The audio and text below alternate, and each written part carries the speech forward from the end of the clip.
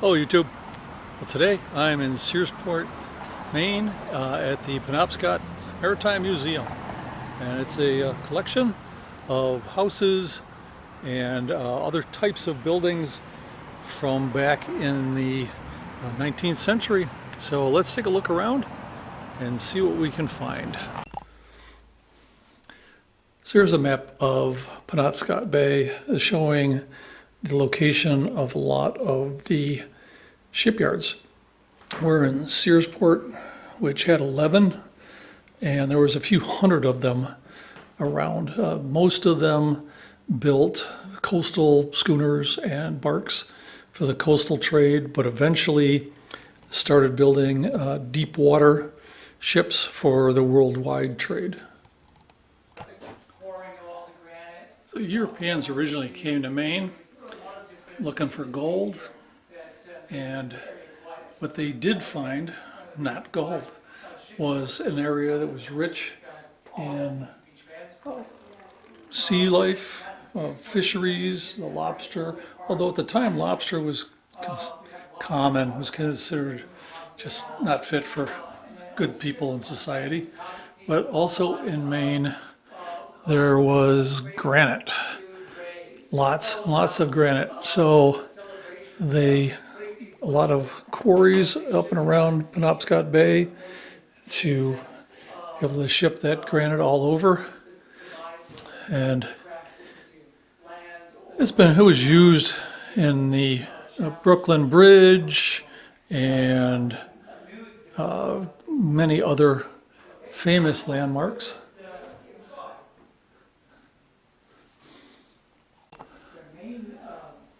Another rock that was mined around here was limestone. There was a belt that ran 3 miles inland from the coastlines around Rockport, Rockland, and Camden, and Thomaston.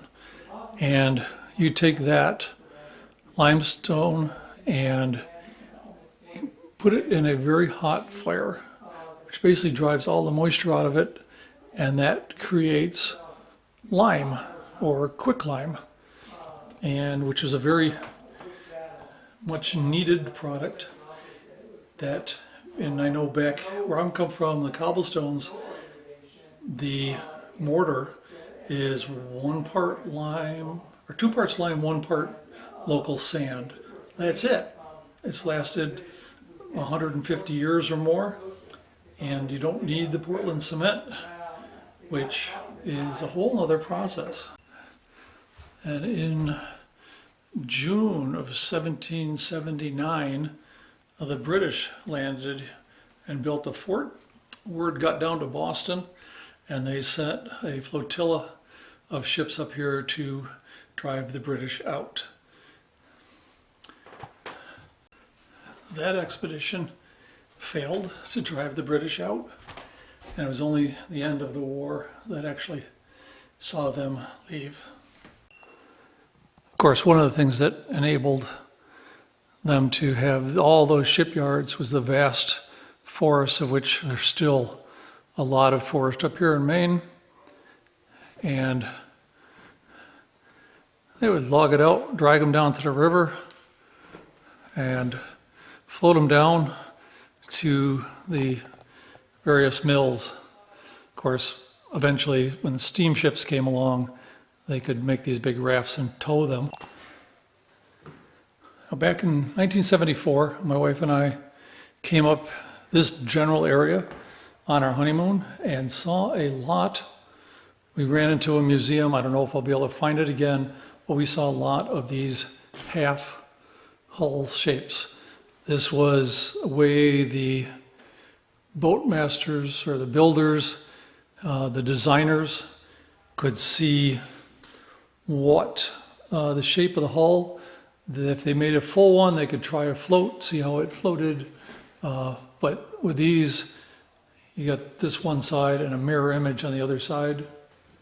And of course, they showed the keel and the bowsprit.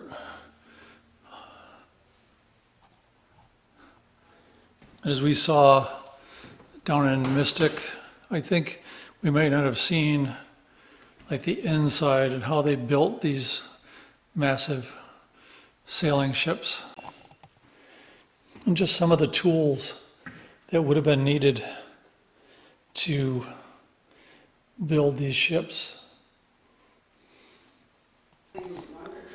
So when the ships from here sailed the world and trading, that usually meant the China trade.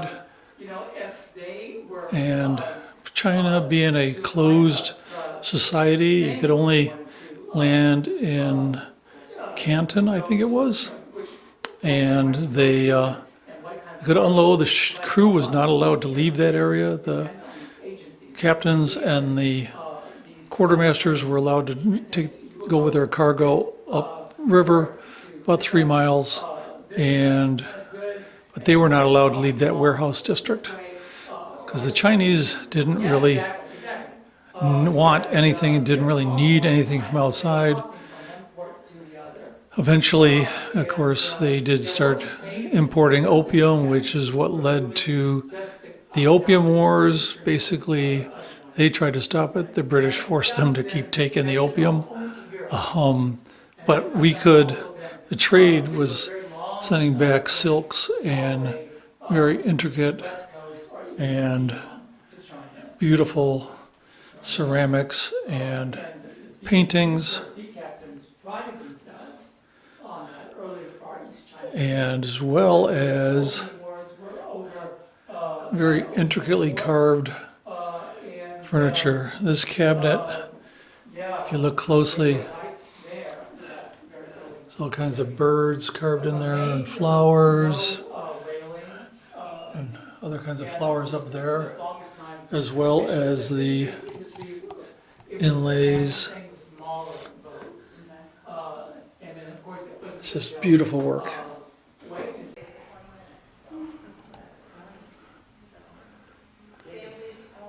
This is the First Congregational Church here in Searsport, and it was built in 1815.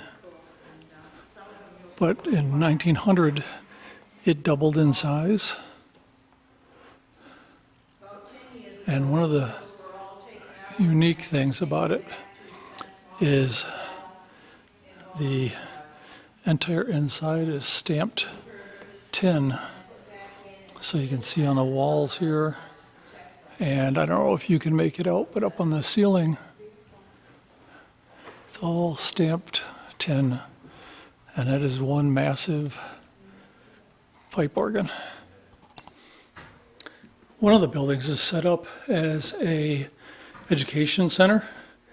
So children, school kids, whatever, adventurous adults can come in and dress up as period costumes, check out some of the store items, as well as try to spell something out with the nautical flags, in case you ever wondered. That's what the alphabet looks like with the flags. Hopefully you can see that. But they've also got all kinds of different exhibits, how to caulk the seams in a boat using the oakum and the tools you would have used, as well as the boats. And I'm not sure how this game is played, but it does look like it might be interesting.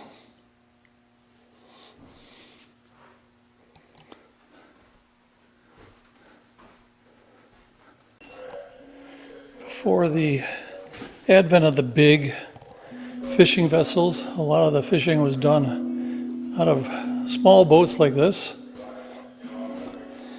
You could bait all those hooks on this long line out behind you, and then when you pull it in, get all the fish you can. Or if you were lobstering, these are the old style lobster traps where you have some bait inside. Lobster could go through, and in this way, but couldn't get back out. Modern lobster traps. Now I've seen them all over, is how it's changed just in my lifetime. Basically the same design, but now it's welded wire covered in a vinyl, so it'll last a lot longer. When I was a child, we would see these stacked up on the docks near the lobster boats, and now I've seen these all over the place, side yards, wherever the lobstermen store all their traps when they're not using. And outside of it, there's an area here for children to get a feel for what it was like raising, lowering the sails and navigating. So in their boat barn, they've got a small collection of various boats from the area and all kinds of different uses and sizes.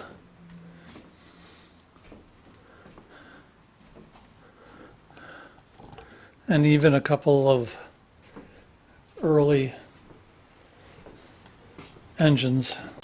So down here on that lower level, they have more boats, more fishing boats. This huge one here is a smelt scow, and big, flat bottom, heavily constructed to withstand river ice and the various banging around. They actually had some metal nailed down the side, I assume, to help with some of the ice. And if you look, and they have the two pieces, one for this side, one for that side, the ribs, and here we go, the knee frames. In this case, these are cut from a hackmatack tree, where the root and the trunk come together, and you can see on this particular one, see how the grain flows around and makes a very strong corner. And here's an example of an eel trap. Pretty much the same kind of deal as the lobster traps, where the eel would swim in and there would be net inside so it couldn't swim back out. So this lobster boat was originally powered with a Oldsmobile engine and did not have this cabin here. It was built during World War II by Vinyl Beale for his son, Noah Osmond, who was known as Buddy. And he named it the Buddy and Sylvia. Sylvia was his girlfriend at the time, and while Buddy was serving overseas, Dad would send him pictures of the progress of building the boat. And this is what it looked like originally. Had a canvas cover that could go over those hoops, and he used this until around, let's see, it doesn't say when he did. 61. He sold it to Billy Thompson, and working with Buddy, they built the cabin, and this little diamond window here is sort of a trademark of the Beale Island lobster boats. So it's 33 feet long. It had the record of being the longest one built on the island. Well, some of the fishing boats were quite a bit smaller, and they got a couple examples of canoes and this fishing boat, which has spots for 2 sets of oars. And, oh, they do have one here. This one above me here, this is an Adirondack guide boat. And I'm very familiar with this because of the having gone to school up in the Adirondacks, but typically there'd be one person rowing, and then in the stern it'd be probably, this looks like this is the bow, so one person rowing, and the person in the stern would be using a canoe paddle to steer and assist. And they basically, this became the Adirondack guide boat. They still make them if you've got the money and the time to wait. And like I said, the little ribs there were the same idea. They got those out of their roots. I think in the Adirondacks, they look for the hemlocks, very strong tree. So we're in the sea captain's house, and it started out as just a 2-room cabin, and eventually got expanded. And I don't know if this picture, I'm going to move across and see if you can see it, but watch around the eyes. Can you see where there's actually 2 faces? So like there's 2 eyes there, 2 eyes there, a little bit different mouth. This is a canvas that was reused to paint a picture of this lady. And over the centuries, the paint from the previous picture has been bleeding through, and this one would have been, here's the edge, a little bit smaller.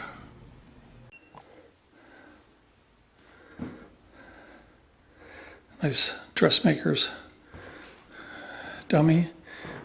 And you could, I remember my mom had a later version of one of these that she could, it was formed to fit her, and she could sew her own clothes and without having to try them on and off, just use the dummy. And this one, you can change the shapes, the sizes. And judging by the toys in here, this is set up as a children's room. Oh, I think I figured out how that game was played. Because there's a top here. You would have set a top up, set the things up, spun the top. There's one right there. And what got knocked down, if you're real good, it would go through and knock down more. And I am guessing that there's some sort of point system between knocking down the ones in the easy to get to or the ones that are in the different segments. And of course, a chamber pot, because you're not going to wander out to the outhouse in the middle of the night. Pretty modern sink here. And the sitting room with the piano and backgammon and a nice decorative thing made out of shells. And next door to the captain's office here.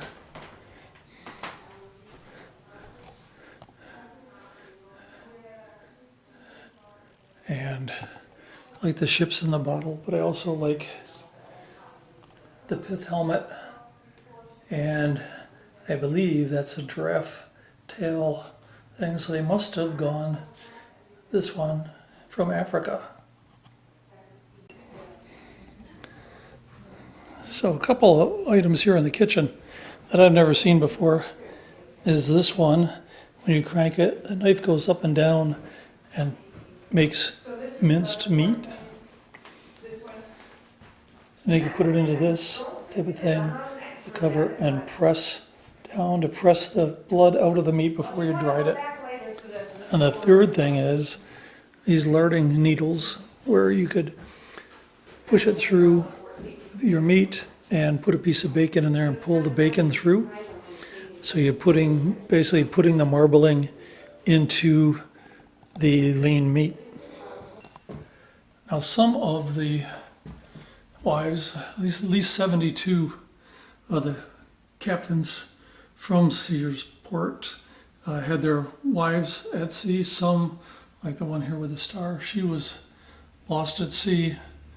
Some of these ladies, one up here, had 9 of her children. I think it was 9 of her, I forget how many kids. So, but they've got a display of the sea captains from here, and the ones with the stars were lost at sea.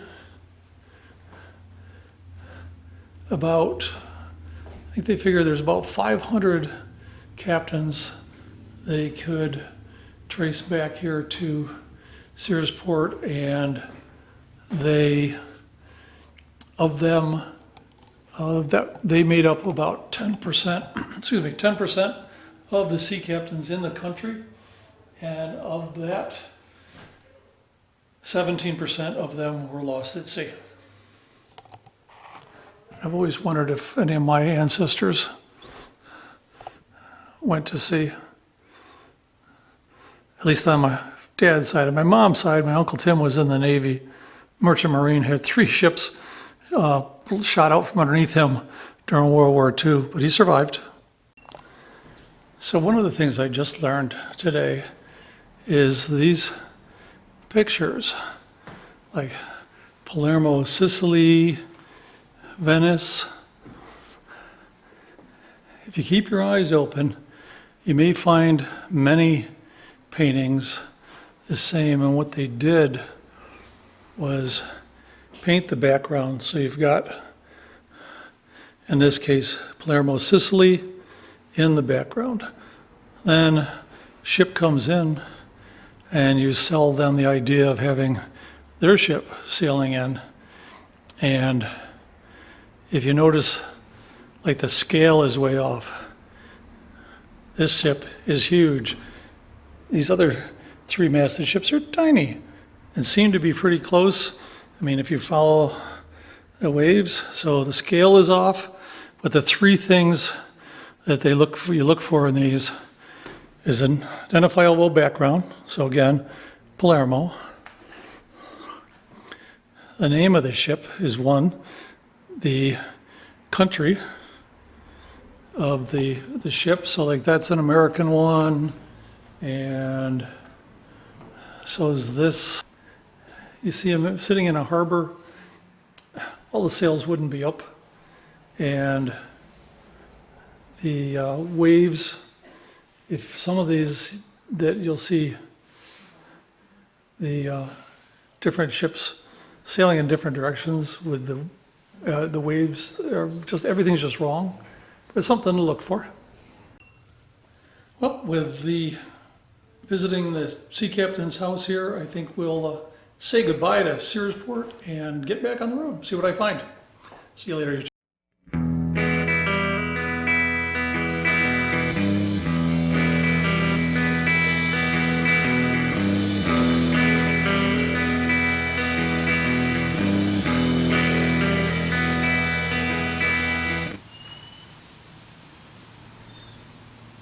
Well, I think that's going to do it for me and the little fella over here. We're going to head on the road and see what else we can find. Bye, YouTube.